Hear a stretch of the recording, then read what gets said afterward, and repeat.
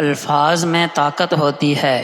آج کی ویڈیو میں جو اقوال آپ سنیں گے وہ آپ کے دل و دماغ دونوں کو جھنجھوڑ دیں گے۔ بسم اللہ الرحمن الرحیم۔ زبان کا زخم تلوار سے زیادہ گہرا ہوتا ہے۔ اکثر ہم کسی کو سخت یا تلخ الفاظ کہہ کر بھول جاتے ہیں، لیکن سننے والا اسے مدتوں یاد رکھتا ہے۔ زبان کا زخم دکھائی نہیں دیتا، مگر دل کو اندر سے چیر دیتا ہے۔ تو بولنے سے پہلے سوچو، کیونکہ الفاظ واپس نہیں لیے جا سکتے۔ جو بات کسی کو خوشی دے وہی زبان سے نکالو۔ خاموشی بعض اوقات سب سے بہتر جواب ہوتی ہے۔ جو دل دنیا کی محبت سے بھر جائے اسے پھر آخرت کی باتیں بوجھ لگنے لگتی ہیں۔ خوشی یہ نہیں ہے کہ جو چاہو وہ سب کچھ پا لو، بلکہ اصل خوشی یہ ہے کہ جو کچھ تمہارے پاس ہے اس میں دل سے خوش رہو، کیونکہ خوشیاں پیسوں سے نہیں خریدی جا سکتی۔ سادگی میں چھپی یہ بات زندگی کا سب سے قیمتی سبق ہے۔ دماغ ایک بھیڑ ہے اور نفس ایک بھیڑیا، اور ایمان ایک چرواہا۔ اگر چرواہا مضبوط نہ ہوا تو بھیڑیا بھیڑ کو کھا جائے گا۔ رزق کی ایک قسم آپ کی زندگی میں اچھے لوگوں کا موجود ہونا بھی ہے، جن کا ارادہ سچا ہو اور نیت رب سے گفتگو کی ہو تو انہیں دوران نیند بھی نماز فجر کی فکر رہتی ہے۔ جب کسی انسان کے سامنے روشنی ہوتی ہے تو اس کا سایہ پیچھے رہتا ہے، اور جب روشنی پیچھے ہوتی ہے تو سایہ آگے بڑھ جاتا ہے۔ اسی طرح دین روشنی ہے اور دنیا سایہ ہے۔ اگر دین کو آگے رکھو گے تو دنیا خود تمہارے پیچھے بھاگے گی، اور اگر دین کو پیچھے رکھو گے تو تم دنیا کے پیچھے بھاگتے رہو گے۔ لہٰذا دین کو اپنی زندگی کا مرکز بنا لو تاکہ دنیا تمہارے قدموں میں ہو، نہ کہ تم دنیا کے غلام بنو۔ کبھی کسی کے خلوص اور پیار کو اس کی بے وقوفی نہ سمجھنا، ورنہ ایک دن تم خلوص اور پیار کی تلاش میں ہوگے اور لوگ تمہیں بے وقوف سمجھیں گے۔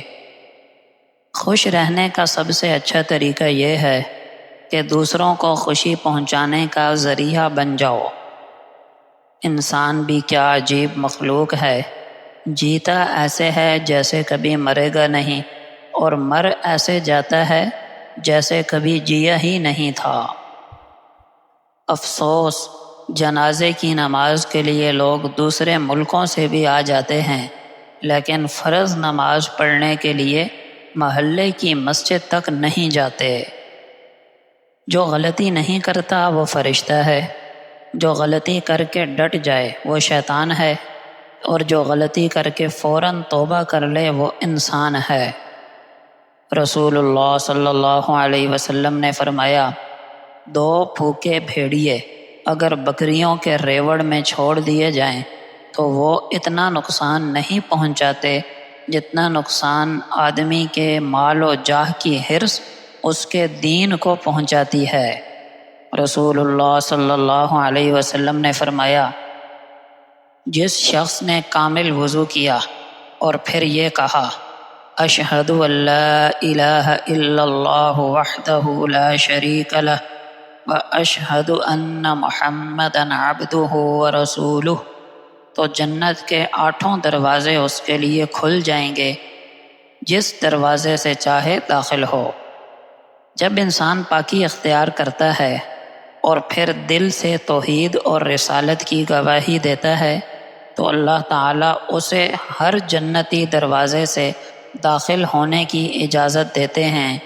یہ دراصل وضو اور توحید اور اخلاص کا انعام ہے۔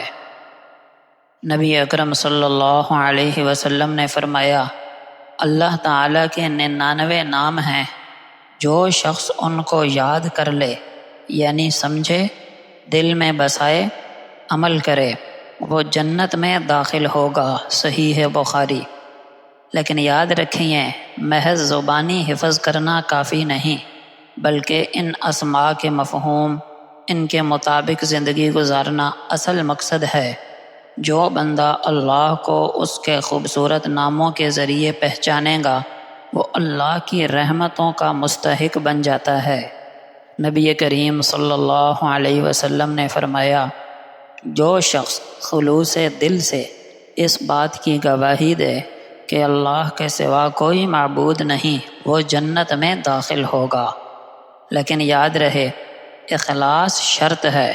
محض زبانی کلمہ پڑھنا کافی نہیں۔ زبان سے کلمہ پڑھنا، دل سے ماننا اور عمل سے ثابت کرنا، یہی اصل اخلاص ہے۔ جب بندہ سچے دل سے توحید پر ایمان لاتا ہے تو اللہ تعالیٰ اس سے جنت کا وعدہ فرماتے ہیں۔ حضرت معاذ رضی اللہ عنہ بیان کرتے ہیں کہ نبی کریم صلی اللہ علیہ وسلم نے فرمایا، آدمی اللہ کے ذکر سے بڑھ کر ایسا کوئی عمل نہیں کرتا جو اسے عذاب الہی سے نجات دلانے والا ہو۔ مسند احمد۔ عبادات میں سب سے آسان عبادت اور کم وقت میں نیکیوں کے انبار اور جنت کے درجات دلانے والی عبادت اللہ کا ذکر ہے۔ دیگر عبادات کے لیے شرائط ہیں، مثلا نماز کے لیے باوضو ہونا، جسم، لباس اور جگہ کا پاک ہونا، مکروہ وقت کا نہ ہونا وغیرہ۔ اسی طرح روزے کا وقت مقرر ہے صبح سے شام تک۔ حج عمرے کی بھی شرائط ہیں، مگر ذکر ایسی عبادت ہے کہ اس کے لیے نہ کوئی وقت مقرر ہے نہ ہی کوئی شرط۔ کھڑے، بیٹھے، لیٹے ہر حال میں کیا جا سکتا ہے، حتیٰ کہ اس کے لیے باوضو ہونا بھی شرط نہیں، بلکہ ناپاکی کی حالت میں بھی کیا جا سکتا ہے۔ اسی لیے تو اللہ پاک نے اپنے بندوں کو حکم دیا، اے ایمان والو، اللہ کا ذکر کثرت سے کرتے رہو۔